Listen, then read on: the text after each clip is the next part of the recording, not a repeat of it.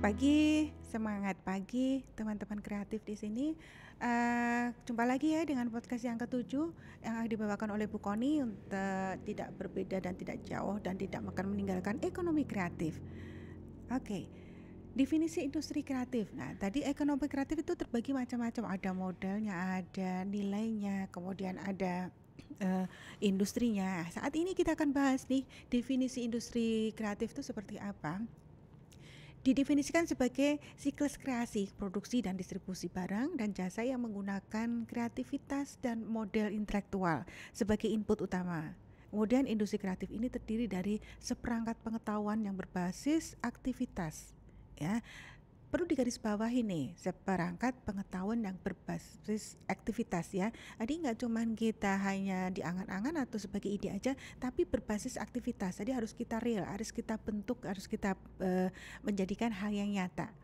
Ya, kemudian menghasilkan barang-barang real dan intelektual non real atau jasa artistik yang memiliki kandungan kreatif, nilai-nilai ekonomi dan objek pasar. Atau industri yang mengkombinasikan kreativitas, keterampilan, dan kecakapan untuk menghasilkan kekayaan dan lapangan kerja, ya, mencetak sumber daya manusia yang baru sehingga kita akan membentuk nilai kreatif ini sebagai menjadi sebuah industri kreatif. Oke. Kemudian produk dari kreatif ini disebut produk komersialis, yaitu berupa barang dan jasa yang kreatif juga. Karakteristiknya seperti apa?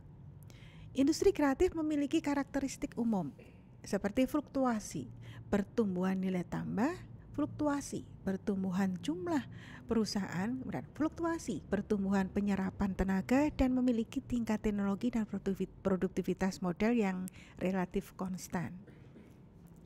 Klasifikasinya untuk industri kreatif ini sendiri dibagi ada beberapa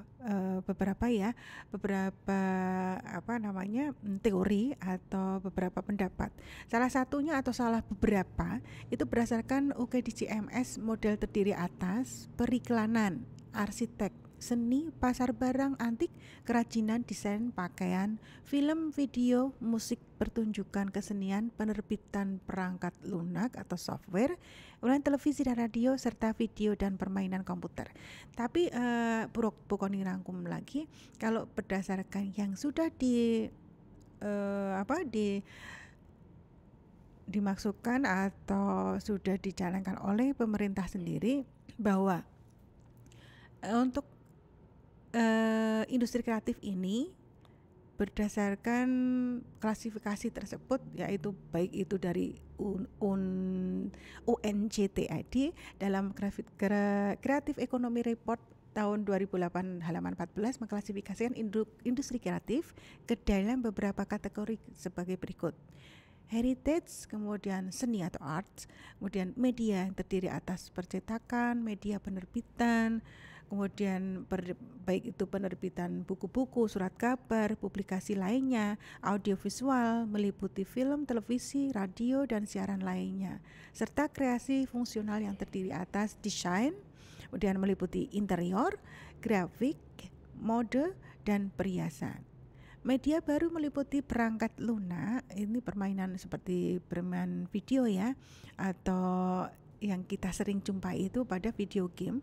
Kemudian konten kreatif digital lainnya, kita sudah sering menjumpai juga yang namanya kreatif digital ya. Di handphone kita pasti lebih ya dari 5 ya, minimal 5 itu jarang kalau sekarang ini ya. Untuk e-commerce-nya aja berapa, belum ada m-bankingnya, belum lagi ada yang namanya gamenya. Pasti kalau kreatif muda lebih banyak gamenya atau lebih banyak aplikasi yang ini ya, aplikasi produktif ya. Oke, nanti kita cek. Kemudian selanjutnya yaitu klasifikasi industri kreatif yang berdasarkan atau menurut Departemen Perdagangan Republik Indonesia.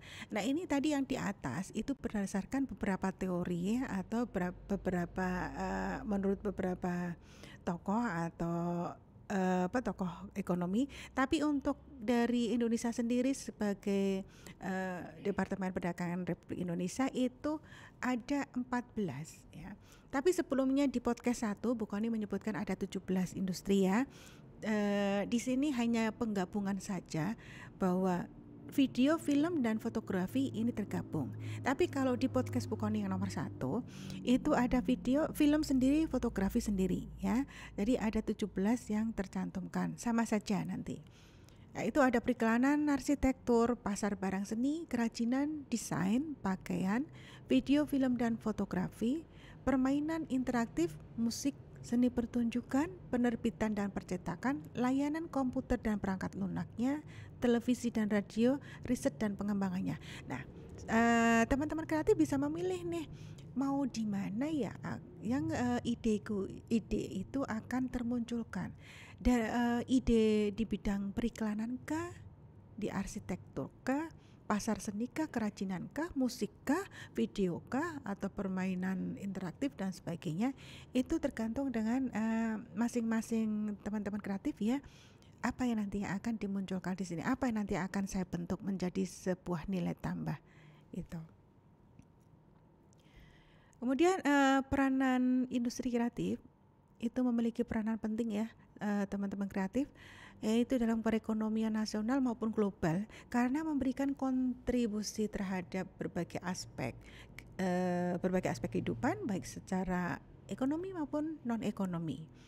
Secara ekonomi, industri kreatif berperan dalam menciptakan iklim bisnis ya tentunya ya, kemudian menciptakan lapangan kerja, ini pasti, karena menumbuhkan inovasi dan kreativitas, kemudian menciptakan sumber daya yang terbarukan dan berkontribusi positif terhadap pendapatan nasional bruto. Kalau secara ekonomi, industri kreatif ini berperan dan berkontribusi terhadap perekonomian nasional dan global tentunya. Yaitu apa? Menciptakan iklim bisnis dan menciptakan lapangan kerja, ya seperti yang sudah disebutkan di atas. Kemudian meningkatkan, otomatis kalau setelah meningkatkan pendapatan bruto nasional, kemudian akan meningkatkan nilai ekspor, kemudian berkontribusi terhadap GNP, kemudian secara perekonomian berperan dalam membangun budaya, warisan budaya, dan nilai-nilai lokal. Hal ini sudah disebutkan juga terpecah ya pada nilai, juga kita sebutkan tadi bahwa nilai rantai itu juga terpecah menjadi 3 ya, ada budaya, warisan budaya, kemudian ada kreativitas, kemudian di sini juga ada nilai kreatif. Oke, industri kreatif memiliki kelebihan atau keunggulan yang meliputi ya. Dicatat di sini ada kebutuhan terhadap modal uang dan material relatif lebih kecil. Kenapa kebutuhan terhadap modal uang dan material itu relatif lebih kecil? Karena kalau sekarang saja ya, kalau kita melihat bahwa padahal enggak juga tuh Bu Koni, padahal kalau yang namanya modal uang sekarang ini justru yang menjadi patokan utama.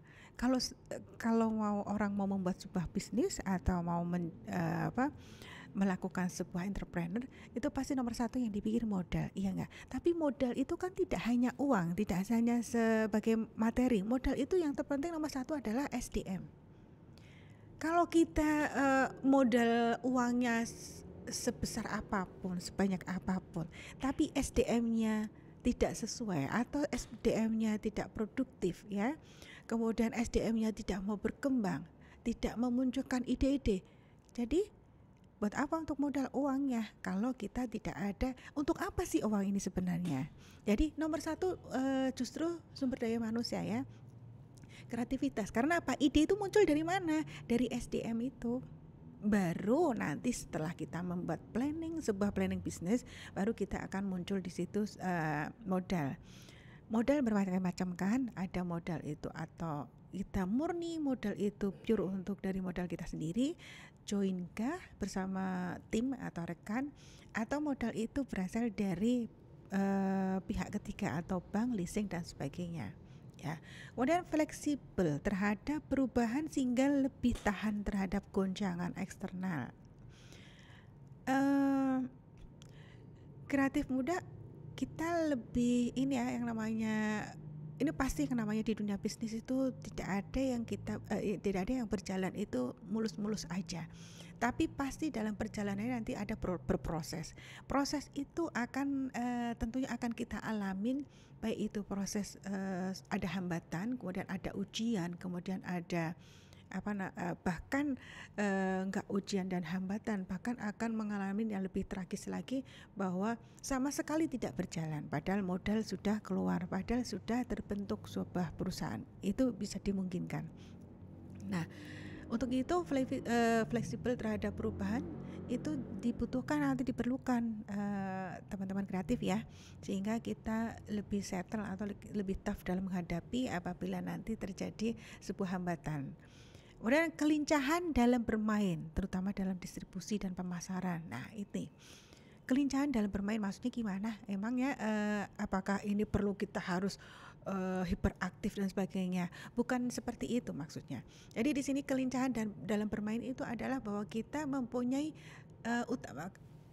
maaf, kita punya set plan A, plan B, dan plan C dan seterusnya. Jadi pada saat plan A ini mengalami sebuah hambatan, kita mempunyai plan B. Kemudian plan B kok masih belum sukses ya. Di plan B kita masih ada hambatan. Jadi kita mempunyai plan C dan seterusnya. Nah, disitulah sehingga kita mempunyai kesiapan dalam diri kita untuk menghadapi hambatan-hambatan yang akan menghadang pada saat proses produksi atau pada saat proses ekonomi kreatif ini akan terbentuk pada diri seorang entrepreneur ya. Kemudian selain memiliki keunggulan, industri kreatif sangat responsif terhadap fenomena sosial konsumen dengan cara menciptakan produk-produk yang berkarakter baru tentunya. Kemudian dengan daya respon dan fleksibilitas, maka permintaan konsumen telah mengubah pendekatan dan orientasi industri dari supply driven sampai yaitu industri yang merespon konsumen ke demand driven, yaitu pendekatan industri yang berorientasi untuk merangsang permintaan dan proses produksinya. Tidak sesuatu yang tepat tetapi tersebar ya, tidak sesuatu yang tempat tapi tersebar. Di sini kalau kita sudah mempunyai atau memiliki satu toko yang kita lihat sukses, kemudian kita berinovasi kemudian kita sudah melakukan pembaruan, jangan lupa bahwa kita harus expand. Kita harus berpikir bahwa ini bisnis aku harus terbagi di berbagai daerah atau tempat. Itu salah satunya contoh itu seperti franchise ya. Kalau kita banyak sekarang tuh franchise itu bukan hanya perusahaan-perusahaan atau yang sudah terkenal atau sudah besar, itu franchise seperti McD atau KFC atau bahkan sekarang yang produk lokal pun bisa franchise ya, seperti geprek onsu, kemudian ada lagi soto pun juga bisa franchise ya. Di sini kita lihat bahwa soto Hajah Fatimah ya sekarang ini, atau yang dulu lebih dikenal dengan Mbok Kim, itu sudah kemana-mana di seluruh Jawa ini.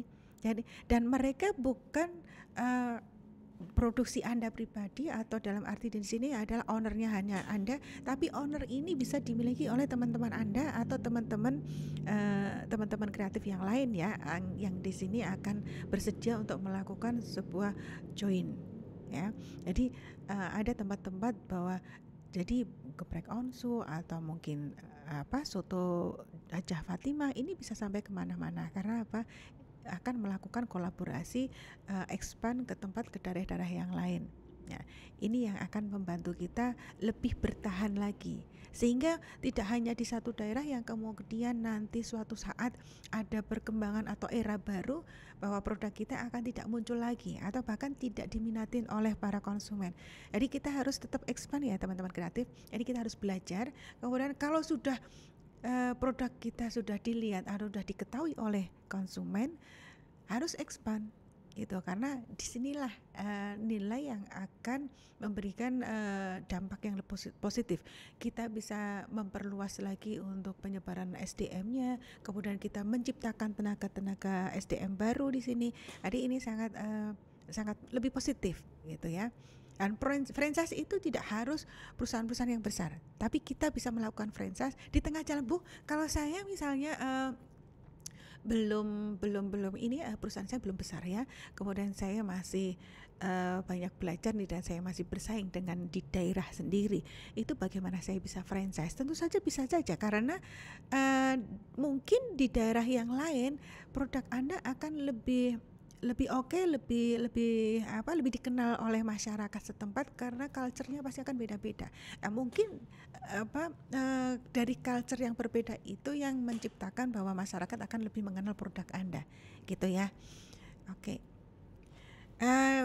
Kemungkinan untuk industri kreatif ini teman-teman harus dipersiapkan. Satu harus memilih ya, nomor satu memilih ide yang tepat untuk dijadikan sebuah produk.